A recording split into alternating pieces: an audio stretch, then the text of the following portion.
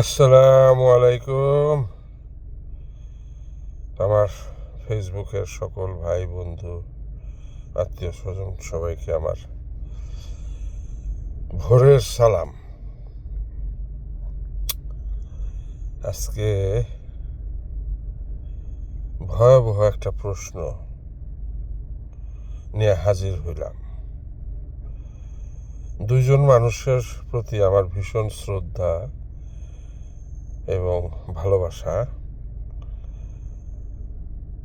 ছিল, আছে এখনো।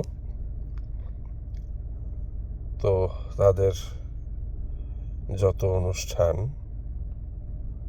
বক্তৃতা, আদেশ উপদেশ আমি তাদের অনুষ্ঠান থেকে শেখার চেষ্টা করি। তাদের মধ্যে একজনের প্রশংসায় ইন্ডিয়ার মিডিয়া পঞ্চমুখ, ওই যে জনতার কথা নাকি এরকম একটা অনুষ্ঠান, যাই হোক, তারপরে ভয় পেয়ে গেলাম। এখন আরেকজন আমাদের প্রচণ্ড তুখোর মেধাবী একজন শিক্ষিত ব্যারিস্টার ফুয়াদ ভাইয়া, আপনাকেও সালাম। যদি আমার অনুষ্ঠান বা কথা আপনার কর্ণগোচর হয়, একটু চিন্তা ভাবনা করে দেখবেন। নতুন দল করবে আমাদের আগামী দিনের প্রজন্ম, ছোট ভাইরা, মোস্ট ওয়েলকাম। তাদেরকে তো পলিটিক্সে আসতেই হবে, নাহলে নোংরা মানুষজন দিয়ে যেভাবে পলিটিক্স দখল করা আছে, এগুলো তো উদ্ধার করা যাবে না। ভালো কথা, কিন্তু আপনি এই ছোট ছোট ছেলে মেয়েদেরকে এটা কি বুদ্ধি দিলেন? যত বিগত দিনের যেই কমিশনাররা, তাদেরকে নিয়ে নতুন পলিটিক্যাল দল তারা গঠন করবে। আরে ভাই, তারা তো গান্দা পচা, বুঝছেন না, মরা ডাল গাছের। কেন বললাম? শেখ হাসিনার দোসরে বা ইলেকশনে যারাই অংশগ্রহণ করছে, তারাই তো আপনাদের ভাষায় বেইমান। তো এরা তো শেখ হাসিনার সাথে ইলেকশন করে, বুঝছেন না ভাই, বন্ধু, আমি তুমি ডামি যেটা বলেন আপনারা, সেইভাবে ইলেকশন করছিল। এবং তাদের মাথায় যে নোংরা ব্রেন আছে, এই ছেলেপেলেরা তো করাপ্ট হয়ে যাবে, তাই না? একটু চিন্তা ভাবনা করে দেখবেন। আপনার প্রতি অনেক আশা। কেমন? এই বাচ্চাদেরকে আপনি নোংরা পথের দিকে ঠেলে দিবেন না। তাহলে আপনারা জাতীয় পার্টিকে কেন দোষ দেন? এই দলটা তো ইন্ডিয়ার চাপে বা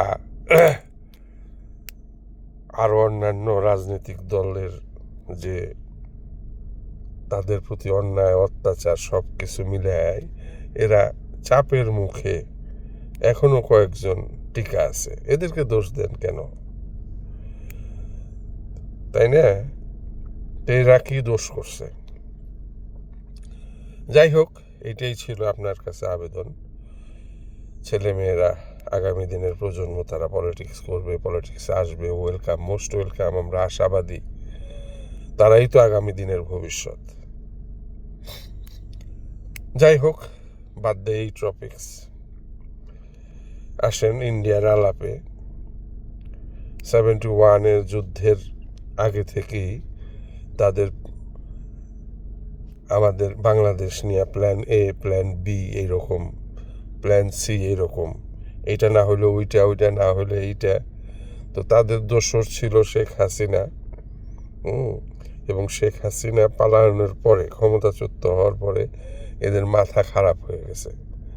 আর আপনারা একটা জিনিস কেউ কেন বুঝতেছেন না?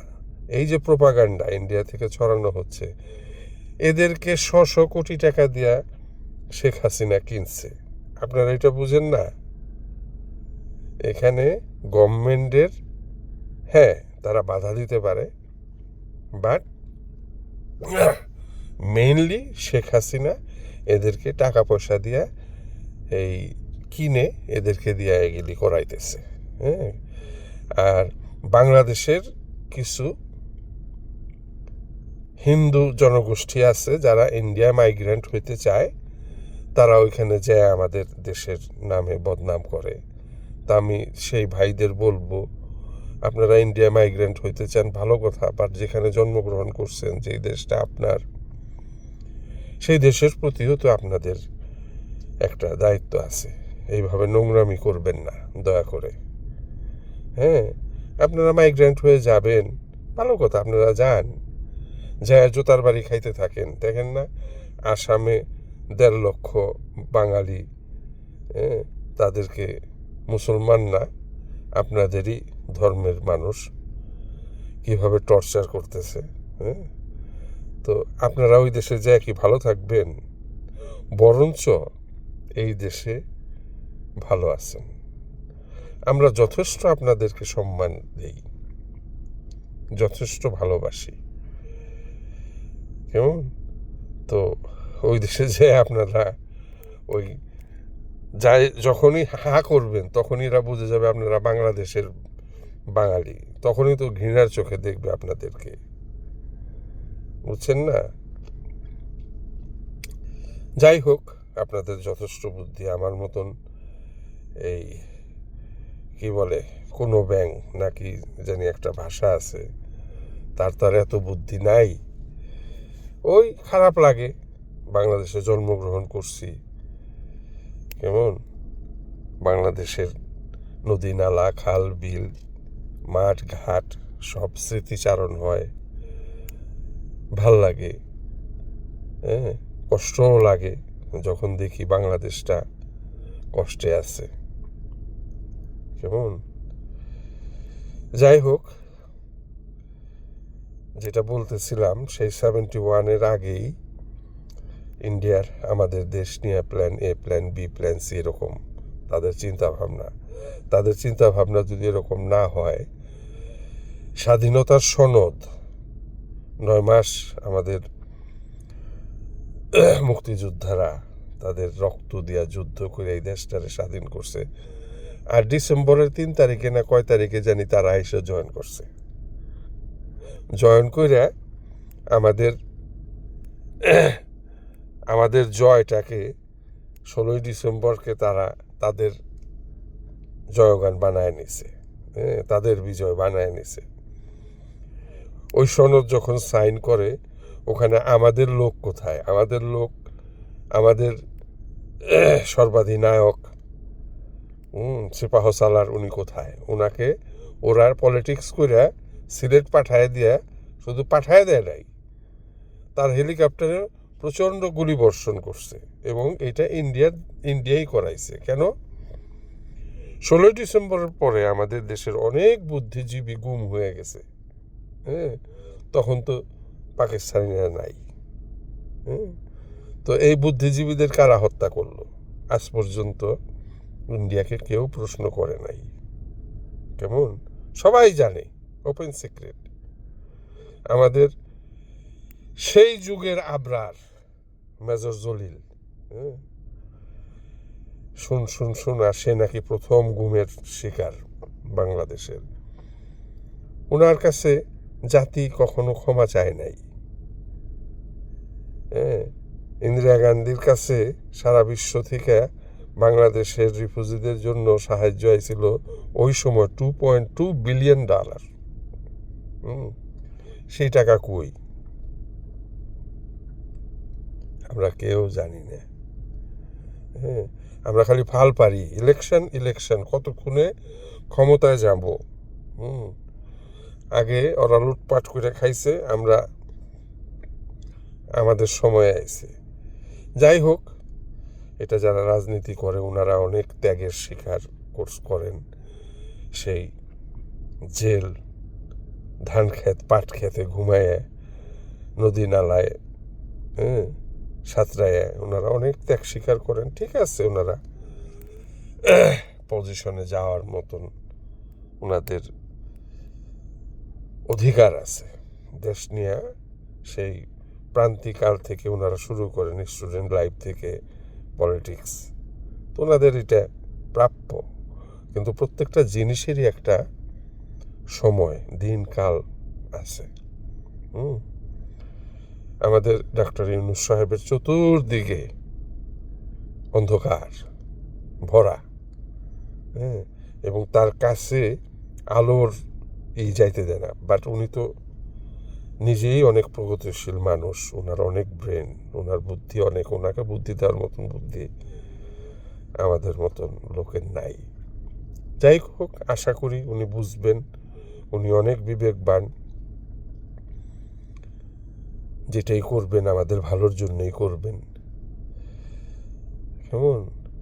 তো মনে করেন ইন্ডিয়ার অনেক রকমের চাল আছে আমাদেরকে নিয়ে।